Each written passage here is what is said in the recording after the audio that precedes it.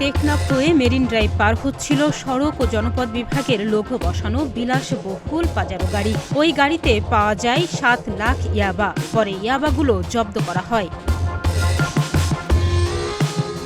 জব্দকৃত ইয়াবার বাজার মূল্য 3 কোটি টাকারও বেশি বলে জানা গেছে। গাড়িতে তল্লাশি চালিয়ে স্বরাষ্ট্র মন্ত্রণালয়ের তালিকাভুক্ত আত্মসমর্পণকৃত ইয়াবা কারবারি আব্দুল আমিনকে তার 3 সহযোগী সহ গ্রেপ্তার করেছে র্যাব। সোমবার দিবাগত রাতে বিলাসবহুল পাজারো গাড়িতে করে ইয়াবাগুলো কক্সবাজার পাচারকালে উখিয়ার জালিয়াপালং ইউনিয়ন সংলগ্ন মেরিন ড্রাইভের পাটুয়ার টেক এলাকা থেকে গ্রেফতার করা হয়। গ্রেফতারকৃতরা হলেন টেকনাফ পৌরসভার ডেইলপাড়া গ্রামের আব্দুল আমিন, টেকনাফ সদর ইউনিয়নের গোদারবিল গ্রামের মোহাম্মদ আবদুল্লাহ, একই গ্রামের নুরুল আফসার ও টেকনাফের ডেইলপাড়া গ্রামের জাফর আলম।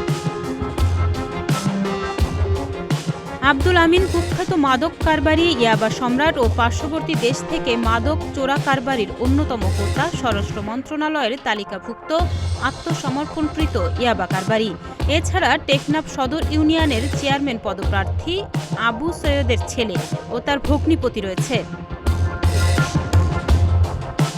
শনিবার র্যাব 15 কার্যালয়ে আয়োজিত সংবাদ সম্মেলনে এইসব তথ্য জানান র্যাব 15 এর উপ অধিনায়ক মেজর শরীফুল আহসান। তিনি জানান, আটক আবদুল্লার বাবা আবু সৈয়দের মালিকানাধীন বিলাসবহুল গাড়িটিতে সড়ক ও জনপদ অধিদপ্তরের লোগো লাগানো ছিল। আইন শৃঙ্খলা বাহিনীর চোখকে ফাঁকি দিতেই ইয়াবা কারবারিরা এই পন্থা অবলম্বন করেছে বলে জানায় র্যাব। এছাড়া আত্মসমর্পণকৃত ইয়াবা কারবারি আব্দুল আমিনের বিরুদ্ধে কক্সবাজার সহ সারা দেশে বিভিন্ন থানায় 11টির অধিক মামলা রয়েছে। তার ভাগ্নে মোহাম্মদ আবদুল্লার বিরুদ্ধে 2টি মামলা রয়েছে।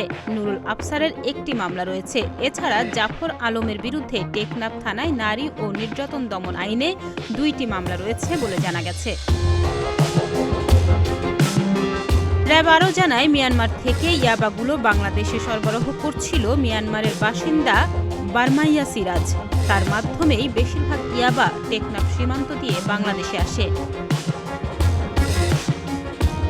ডেস্ক রিপোর্ট, প্রতিদিনের বাংলাদেশ।